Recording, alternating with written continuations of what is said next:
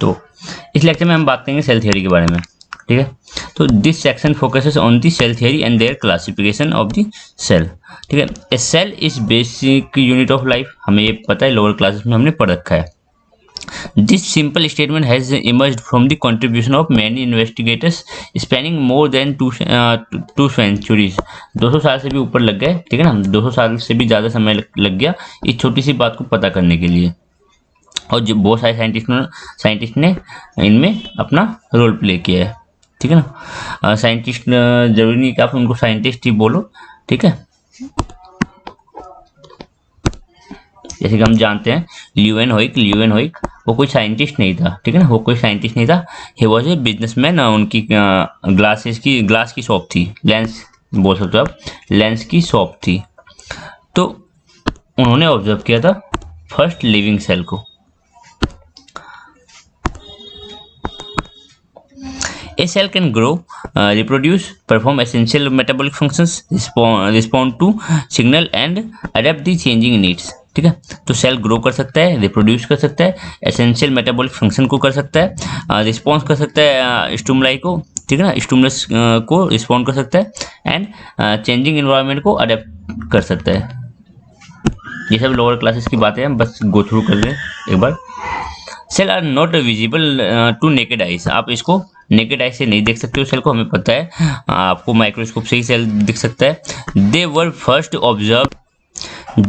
Observed in the late 17th century with crude microscope, ठीक है ना। लेट 17th सेंचुरी का मतलब क्या है, 1665, ठीक है। तो ये 17th सेंचुरी आधा पार हो चुका है, 1650s में हमारा हाफ ऑफ 17th सेंचुरी खत्म हो गया, 17th सेंचुरी का आधा खत्म हो गया इधर, और ये लेट 17th सेंचुरी 1665 में डिस्कवर किया किसने, रॉबर्ट हुक ने। देन क्या हुआ हमारा 6 को 7 कर दो, बस 6 को 7 कर दो, 5 को 4 कर दो, 1674, ठीक है ना, 1674। तो इसमें हमारा क्या क्या, living cell, first living cell. Robert Hooke ने जो डिस्कवर किया था वो तो डेड सेल था, आपको पता होगा, लोअर क्लासेस में पढ़ते आ रहे हैं, ठीक है ना। कॉर्क में देखा था डेड सेल को, बट ल्यूवेनहोइक ने जो देखा था वो था लिविंग सेल, ठीक है ना। उन्होंने उसको वाइल्ड एनिमल्स क्यूल कहा था, ये हमें लोअर क्लासेस से पता है। तो 1674 में ल्यूवेनहोइक ने क्या किया, ल्यूवेनहोइक ने लिविंग सेल को डिस्कवर किया, ठीक है, लिविंग सेल को देखा अंडर दी माइक्रोस्कोप। और ये कोई साइंटिस्ट नहीं था, हाँ रॉबर्ट हुक एक साइंटिस्ट था, वेल नोन रॉयल सोसाइटी से आता था, बट ल्यूवेनहोइक एक नॉर्मल बैकग्राउंड से आते थे। With the improvement in the quality of microscope lenses, it was possible to visualize cell structure and processes in much greater detail। हमें पता है ना, माइक्रोस्कोप जैसे डेवलप हुआ, आज तो हमारे पास इलेक्ट्रॉन माइक्रोस्कोप है, ठीक है ना, उसका रेजोल्यूशन पावर बहुत ज़्यादा है। तो जैसे जैसे माइक्रोस्कोप में डेवलपमेंट हुआ, माइक्रोस्कोप इम्प्रूव हुआ, तो हम सेल को और बेहतर तरीके से देख पाए, हमें और अच्छा इमेज मिला सेल का, ठीक है। We will now consider some of the key discovery that led the formulation of cell theory। देखो,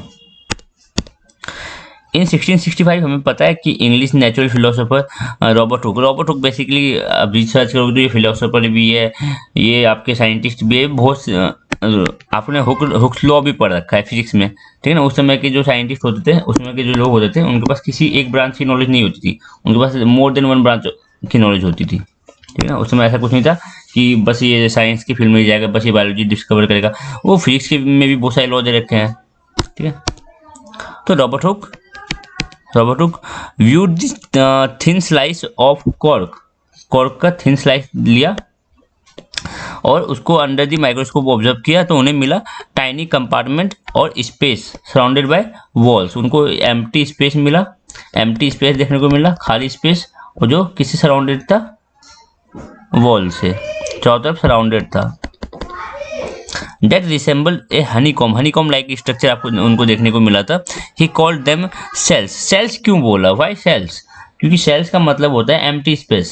आप cells का मीनिंग देखोगे, सेल वर्ड आया है सेल्यूला से, लैटिन वर्ड है सेल्यूला इज ए लैटिन वर्ड, तो लैटिन वर्ड सेल्यूला से आया सेल, तो सेल्यूला का मतलब होता है एम्प्टी स्पेस, एम्प्टी स्पेस। तो क्या सेल खाली है? तो क्या सेल खाली है? नहीं, सेल खाली नहीं है, cell is not a empty space. ठीक है ना, हमारा जो अभी जो हम सेल पढ़ते हैं, हम जो ह्यूमन सेल पढ़ेंगे, हम animal cell, sorry animal cell पढ़ो या प्लांट सेल पढ़ो या बैक्टीरिया का सेल पढ़ो, क्या सेल खाली होता है? नहीं, वो एम्प्टी स्पेस नहीं है। लेकिन सेल का मतलब तो होता है एम्प्टी स्पेस। जो वर्ड है सेल, इसका मतलब होता है एम्प्टी स्पेस। तो इसलिए हम बोलते हैं the term cell is a misnomer. Misnomer का मतलब होता है कि ये नाम का मतलब कुछ और है और रियल में वो जो चीजें है वो कुछ अलग है। सेल रियल में खाली नहीं है, लेकिन सेल का मतलब होता है एम्प्टी स्पेस। ठीक है, इसलिए बोल रहे हैं सेल जो टर्म है वो मिसनोमर है। Latin meaning small compartment, small hollow compartment cell का मतलब होता है। What he actually saw was a dead cell। ठीक है ना, रॉबर्ट हुक ने क्या देखा था? डेड सेल देखा था। किस चीज का? कॉर्क का। डेड सेल वॉल, उसी को बेसिकली दिखाई क्या दिया था? उसको उनको दिखाई क्या दिया था? उनको सेल वॉल दिखाई दिया था। क्या दिखाई दिया था? सेल वॉल, सेल वॉल दिखाई दिया था। बाकी अंदर सब चीजें खाली थी, खोखली थी सेल, अंदर से खोखली थी, क्योंकि डेड सेल खोखला ही हो जाएगा, सब चीज मर जाएगी, बस उनका क्या रहेगा? सेल वॉल बचा रह जाएगा। सेल वॉल बचा रह गया था, तो उन्होंने क्या देखा था? सेल वॉल को देखा था, उन्होंने सेल को नहीं देखा। ठीक है ना, क्योंकि डेड सेल में बचा क्या था? डेड सेल में बचा क्या था? डेड सेल में बचा था हमारा सेल वॉल बचा रह गया था, बाकी सब चीजें खत्म हो चुकी थी। तो उन्होंने बेसिकली क्या देखा था? Dead cell wall.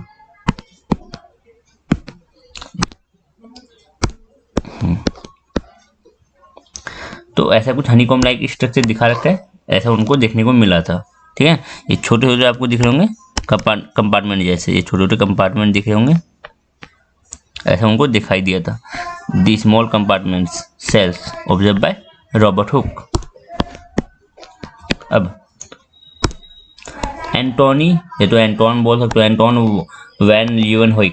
ठीक है, वो ए डच बिजनेसमैन, हमें ये सब नहीं जानना। सेल्फ टॉट बायोलॉजिस्ट, इन्होंने कहीं से किसी इंस्टीट्यूट से पढ़ाई नहीं कर रखी है। ठीक है ना, खुद से सीखे जो सीखे हैं। ठीक है, he made optical lenses, optical lens बनाते थे। And some of his microscope, और इनका माइक्रोस्कोप, एंटोनी वॉन लीeuwenhoek का माइक्रोस्कोप इन्होंने खुद ही बनाया था। ठीक है, could magnify up to 500 times. ये जो इसका जो माइक्रोस्कोप था वो कितना बार मैग्नीफाई कर सकता था? 500 टाइम्स मैग्नीफाई कर सकता था, 500 टाइम्स। ठीक है, 500 टाइम्स मैग्निफिकेशन थी इसकी। Made him to observe object in greater detail, तो इतना मैग्निफिकेशन था तो किसी भी ऑब्जेक्ट को ये ग्रेटर डिटेल, ज़्यादातर किसी भी ऑब्जेक्ट को ज़्यादा जूम करके सही ढंग से इसको देख पाते थे। He was the first scientist in 1674 to see living cell। हमें पता है कि वाटर ड्रॉपलेट से उन्होंने देखा था, ड्रॉप ऑफ वाटर में rain water, basically rain water लिया था इन्होंने। रेन वाटर कलेक्ट किया था मिट्टी जो सोइल में थी। ठीक है, जमीन पे पड़ी रेन वाटर लिया, जमीन में पड़ी रेन वाटर लिया, उसको इन्होंने माइक्रोस्कोप में देखा। तो इनको क्या दिखाई दिया? उनको दिखाई दिया कुछ मूवमेंट से दिखाई दिया, कुछ छोटे से जीव दिखाई दिए जो मोशन मूवमेंट करे, थोड़ा मूवमेंट से हो रहा था। तो उनको लगा हाँ ये तो लिविंग दिख रहा है। ठीक है ना, ये तो लिविंग है, वो मूवमेंट शो कर रहा था। तो उन्होंने क्या बोला? उन्होंने बोला वाइल्ड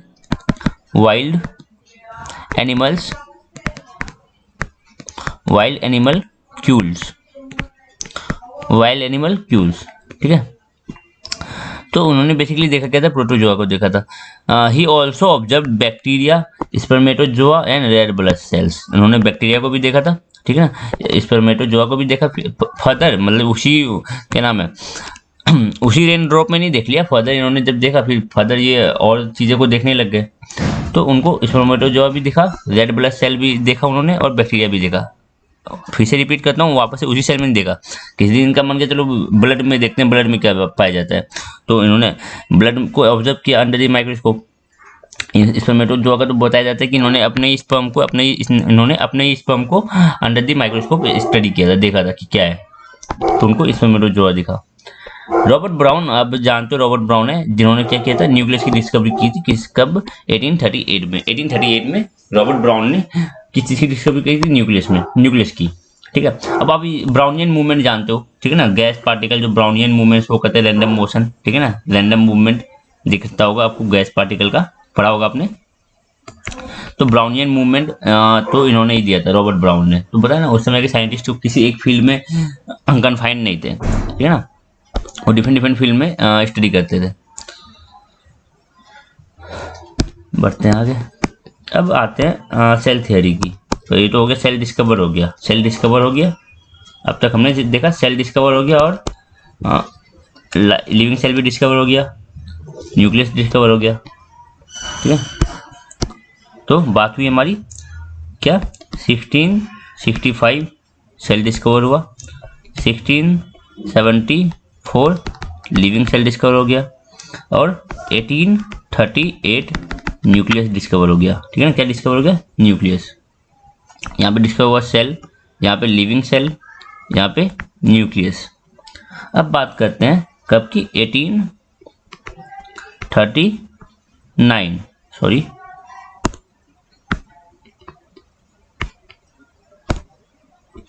1838 सेम ईयर में सेल थ्योरी भी आई थी, ठीक है ना।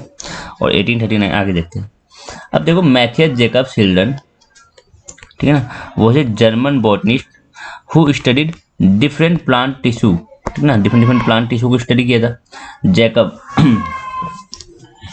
ठीक है ना।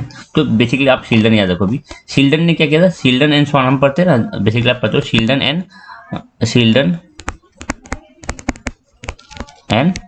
स्वान, शिल्डन एंड स्वान आप पढ़ते होगे, ठीक है, पढ़ा होगा आपने शिल्डन एंड स्वान।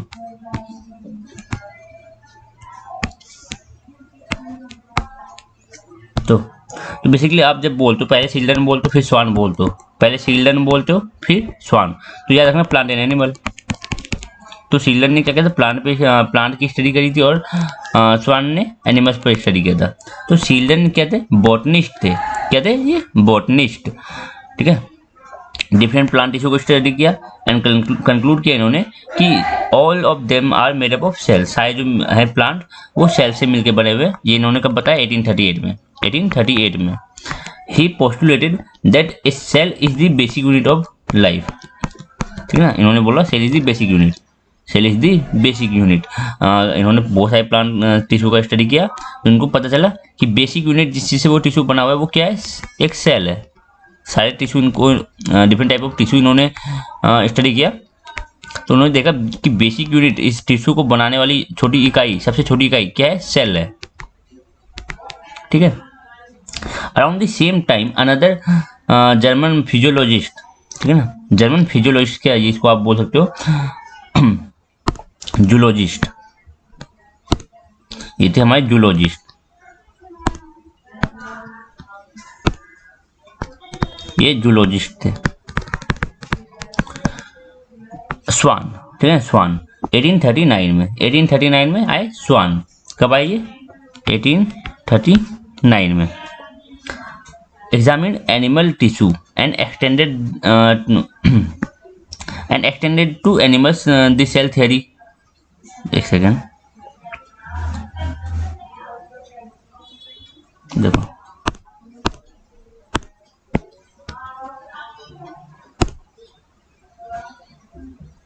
इस चीज की बाद में बात करेंगे, ठीक है, और यहाँ तक बात करते हैं। तो स्वान ने किया क्या, स्वान ने एग्जामाइन किया, क्या स्टडी किया उन्होंने, एनिमल टिश्यू को स्टडी किया। और एक बात बताता है स्वान ने किस चीज़ को स्टडी किया, एनिमल टिश्यू, ये प्लांट टिश्यू है। ये शिल्डन ने किया था, ये स्वान ने किया था, ठीक है। तब एनिमल टिश्यू को उन्होंने एनालाइज किया और उन्होंने भी यही चीज़ बताई जो शिल्डन ने बताई थी कि जो सेल्स है is the basic unit of life, basic unit है जो टिश्यू का बेसिक यूनिट क्या है, जो टिश्यू है उसका बेसिक यूनिट सबसे छोटी इकाई क्या है, सेल। अब इन्होंने और एक चीज़ें बताई थी कि प्लांट सेल में क्या होता है, सेल वॉल होता है, प्लांट सेल में सेल वॉल होता है, ठीक है। याद रखना कि स्वान क्या देख रहे थे, एनिमल टिश्यू को, बट उन्होंने ये भी बताया कि प्लांट सेल में सेल वॉल होता है, एनिमल में नहीं होता। तो उन्होंने बेसिकली उन्होंने प्लांट टिश्यू को भी देखा होगा, तभी तो उन्होंने पता किया कि प्लांट में एडिशनल क्या है, सेल वॉल है, और एनिमल्स में सेल वॉल नहीं है। अब बात कर रहे हैं extended to animals the cell theory ठीक है ना। उन्होंने सेल थ्योरी को एनिमल्स के लिए बताया स्वान ने, और शीलर ने किस चीज के लिए बताया था, प्लांट के लिए। अब both of them did not explain how new cell form, कि नए सेल किस तरह से बन रहे हैं। कोई नया सेल कैसे बनता है, ठीक है ना। एक सेल है तो अब नया सेल कैसे बनेगा, नया सेल कहाँ से बनता है, कैसे बनता है, तो उन्होंने ये चीज़ नहीं बता पाए, how new cell are formed. तो इसको बताया हमारे रूडोल्फ विर्चो ने। The gap was filling in 1855, ठीक है ना। अब कब आए, 1855, ठीक है। 1855 जो थे हमारे क्या, जर्मन डॉक्टर कम, ठीक है बोल दो, ठीक है ना। 1855 में रूडोल्फ विर्चो ने क्या किया, प्रपोज किया क्या, that new cells arises from pre existing cell, ठीक है। जो प्री एग्जिस्टिंग सेल है, जो पहले से जो एग्जिस्टेंस में सेल है, उनके डिवीजन से न्यू सेल फॉर्म होते हैं। New cell forms from pre existing cell, ठीक है। New cell arises from the division of pre existing cell. जो प्री एग्जिस्टिंग सेल है, जो पहले से एग्जिस्ट करते हैं, जैसे अगर मैं बोलूँ भाई बताओ ये सेल कहाँ से आया, तो आप बोलोगे हाँ इससे पहले एक सेल था उससे आया, तो वो वाला सेल कहाँ से आया, तो उससे भी पहले कोई एक सेल था उससे आया। वो वाला सेल कहाँ से आया, उससे भी पहले कोई एक सेल था वैसे आया। पूछते चलो, ऐसे बोलते जाएंगे, ठीक है ना, कि ये वाला सेल कहाँ से आया, इससे भी पहले कोई एक सेल था, वो डिवाइड हो गया 2 सेल में बढ़ गया और वहाँ से आया था ये, ठीक है। तो इन्होंने बोला कि new cells arises from the division of pre existing cell, simple सी बात है। This idea was originally given by Robert Remak ने दिया था, ठीक है ना। रॉबर्ट रेमक ने दिया था इस आइडिया को, बट किसी कारण से इनको क्रेडिट नहीं मिलता है। रॉबर्ट रेमक को इस चीज़ के लिए क्रेडिट नहीं मिलता है कि cell arises from the pre existing cell, इसका क्रेडिट मिलता है रूडोल्फ विर्चो को। और क्यों नहीं मिला इनको क्रेडिट, ये हमें नहीं जानना अभी, ठीक है ना। बढ़ते आगे, तो बात करें अगर इस चीज़ की, तो देखो 1665 में सेल डिस्कवर हो गया, लिविंग सेल डिस्कवर हो गया, न्यूक्लियस डिस्कवर हुआ। 1838 और 1838 में आपके शील्डन ने सेल थ्योरी बताई। सेल थ्योरी प्लांट को स्टडी करके, थोड़ा सा सेल थ्योरी तो नहीं बोल सकते इसको, प्लांट को स्टडी करके इन्होंने कुछ बताने की कोशिश की सेल के बारे में, ठीक है ना। और 1839 में स्वान ने एनिमल्स पे स्टडी करके बताया। तो अब दोनों ईयर को मिला के इन दोनों साइंटिस्ट ने मिलकर एक साथ 1839 में सेल थ्योरी दिया। सेल थ्योरी कब मिला, 1839 को। 1839 में आपको सेल थ्योरी मिली। 1838 में उन्होंने प्लांट पे स्टडी कर लिया था, 1839 पे एनिमल पे स्टडी हो गई, तो दोनों ने मिलके सेल थ्योरी दी। कब, 1839 में। और 1855 में क्या हो गया, सेल थ्योरी को एक्सटेंड किया गया, ठीक है ना। सेल थ्योरी को एक्सटेंड किया गया। सेल थ्योरी क्या है, cell are made up of, sorry हाँ, सेल थ्योरी क्या है, cell is the basic unit of life, ठीक है ना। और इसको एक्सटेंड कैसे किया गया, cell is the basic unit of life. अब बताया गया कि new cell arises from the pre existing cell. Schwann और Schleiden and Virchow are generally credit for the cell theory. Cell theory के लिए इन तीनों को क्रेडिट मिलता है। स्वान ने तो क्या ही किया, शील्डन ने भी किया, विर्चो ने सेल थ्योरी को एक्सटेंड किया। विर्चो ने एडिशनली क्या बताया कि सेल कहाँ से अराइज होता है, जो सेल है वो कहाँ से आया, अपने पुराने वाले सेल से। वो सेल कहाँ से आया, उससे भी पहले कोई एक सेल था। अब फर्स्ट सेल कैसे आया वो तो हमें पता है, ठीक है ना, वो तो हमें पता है इवोल्यूशन से कैसे फर्स्ट सेल कैसे बना।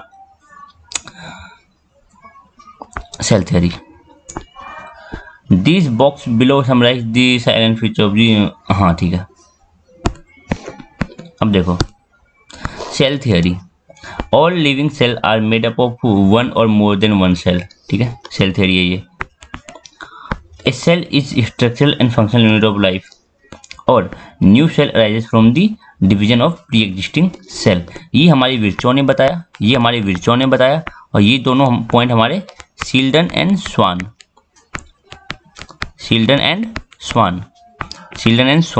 कि जो सारे लिविंग ऑर्गेनिज्म है, इन्होंने प्लांट को देख लिया, इन्होंने एनिमल्स को देख लिया, तो उस समय इतना काफ़ी था, प्लांट और एनिमल पे स्टडी कर लो। तो उन्होंने बोल दिया कि जो सारे लिविंग सेल है वो किस चीज़ से बने हुए हैं, सेल्स के। एक सेल या तो एक से ज़्यादा सेल, ठीक है ना, एक या तो एक से ज़्यादा सेल से ही मिलकर बने हुए हैं। और सारे सेल क्या है, structural and functional unit of life, ठीक है, structural and functional unit of life.